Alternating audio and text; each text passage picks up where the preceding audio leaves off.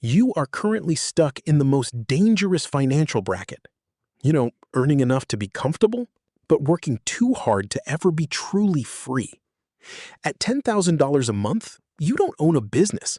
You own a high-stress job that will vanish the moment you stop grinding. I call this the dead zone. It's the most deceptive plateau in wealth management because, on the surface, you look like a success, right? You've surpassed the average salary, you have the lifestyle upgrades, and your peers likely view you as the rich friend. But internally, and let's be honest here, you are redlining. The problem with the 10K a month mark is that it's high enough to provide a comfortable life, but it's not high enough to buy back your time. You have too much to lose to walk away and try something riskier, yet you lack the operational systems to scale. You are essentially a high-paid specialist trapped in a cycle of manual labor. I mean, whether you're a consultant, a freelancer, or a small agency owner, if you take a 2-week vacation, your revenue doesn't just dip, it zeroes out. I've analyzed the trajectory of hundreds of entrepreneurs, and the data is clear. What got you to 10K will actively prevent you from reaching 100K. No nonsense. To reach that first milestone, you used brute force. You traded sleep for results and checked every box yourself. But at this level, your hard work has become your biggest liability. It's a bottleneck that prevents you from thinking strategically because you're too busy being the technician.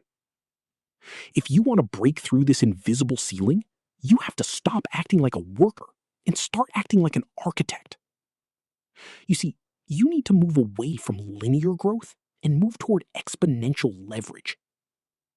Throughout this video, I am going to reveal the leverage triad, the 3-pillar framework that the top 1% use to decouple their income from their hours. Once you understand how to apply capital, content, and systems, the 10K ceiling doesn't just crack, it disappears. But first, I need to show you exactly why your current grind is actually a trap designed to keep you stagnant. Look, the reason you're stuck is actually quite simple. You're playing a linear game in an exponential world. Let's break down the actual math of why $10,000 a month feels like a wall you just can't climb over, you know? You see, most people operate on a 1-to-1 ratio. 1 hour of your specialized skill equals a set amount of dollars. Even if you raise your rates to $200 an hour, you are still capped by the 24 hours in a day and your own physical exhaustion. This is what I call the operator trap. In this model, you aren't building wealth, you're just maintaining a high-priced job. To break that ceiling, I need you to understand the concept of asymmetric returns. This is where your input, your time and effort is completely decoupled from your output. Billionaires don't build wealth by working 100,000 times harder than you do. That's impossible. They build wealth by utilizing the leverage triad: capital, code, and labor. Labor is the oldest form of leverage, right?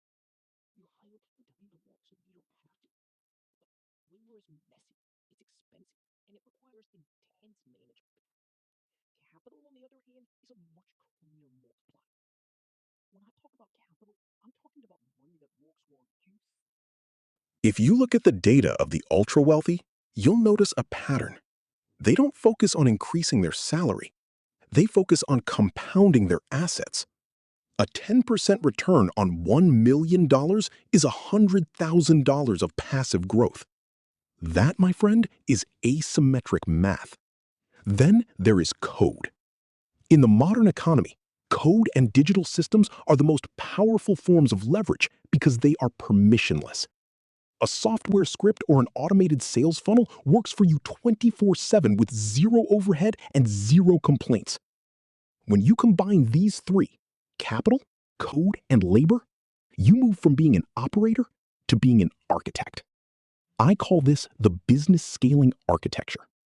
It's the structural bridge that takes you from a linear $10,000 a month to an asymmetric $100,000 a month.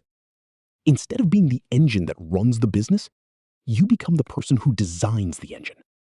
But here's the catch. There is a specific reason why most people who try to implement this architecture fail within the first 6 months. It's a hidden flaw in how they view their own time. And if you don't fix it, no amount of leverage will save you. Look, to break through this ceiling, I've developed a 4-step blueprint. I call it the scaling architecture. This isn't about working more hours, you see. It's actually about changing the structural integrity of how you generate income. Step 1 is the 80-20 value audit. Right now, you are likely drowning in busy work that feels productive, but it contributes absolutely nothing to your bottom line. I need you to track every single minute of your workday for 1 week. You'll find that 80% of your revenue is generated by only 20% of your activities, usually things like high-level sales, offer innovation, or strategic partnerships. The other 80% of your time? Well, it's being wasted on $20 an hour tasks. To move toward that $100,000 a month mark, you must identify those high-leverage activities and ruthlessly protect the time you spend on them. Step 2 is the reinvestment rule. This is where most entrepreneurs plateau, right? Because they start increasing their lifestyle the moment they hit 5 figures. If you want to scale, you must treat your business like a machine that requires fuel. I want you to commit 30% of that $10,000, exactly $3,000 every single month, directly into growth assets. This isn't a suggestion, it's a requirement.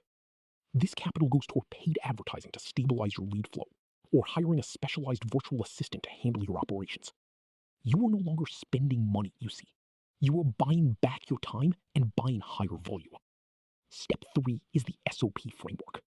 The reason you feel like you can't step away is that the business lives entirely in your head. That makes you a bottleneck, not a CEO. You need to document every $500 an hour task you perform. Create a standard operating procedure, a step-by-step manual, so clear that a $25 an hour hire can execute it to at least 80% of your proficiency. If a process isn't documented, it simply does not exist. By building this library of SOPs, you are building a system that can run without your physical presence. Step 4 is productization. If you are currently selling custom solutions or bespoke services, you are trapped in a linear growth model. You cannot scale custom, right? You must turn your service into a repeatable product with a fixed process and a predictable outcome. This shifts your business from selling your time to selling a result. When your offer is productized, serving your 100th client costs you no more energy than serving your first. This architecture provides the bones of a multi-million-dollar company.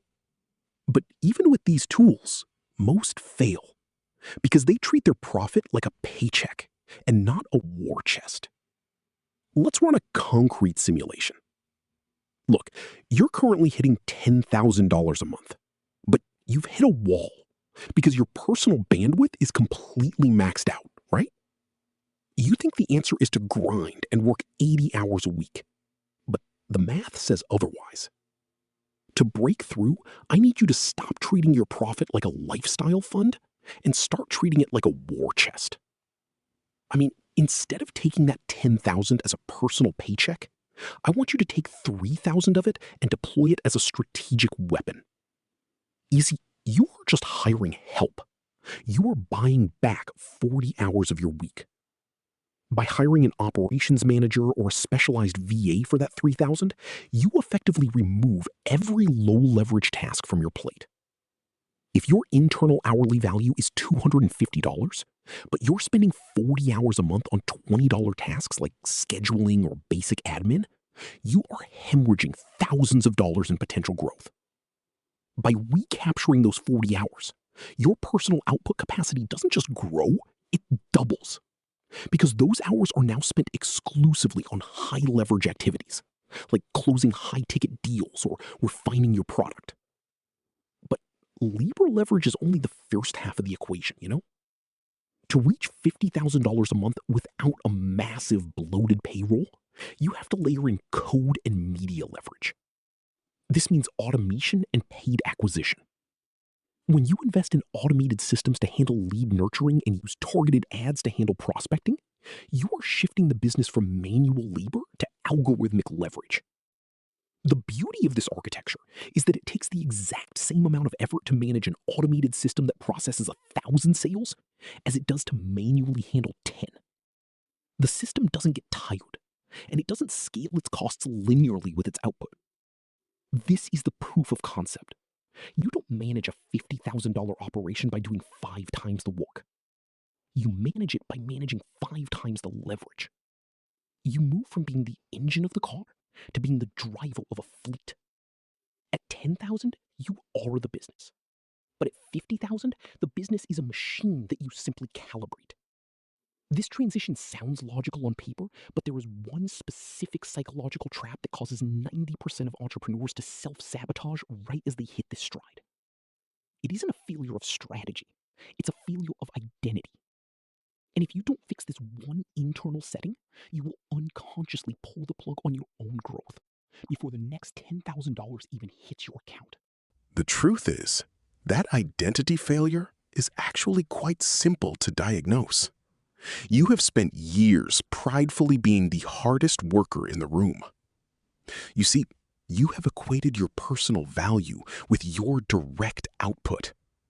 But to scale past $10,000 a month, you have to kill the version of yourself that got you here.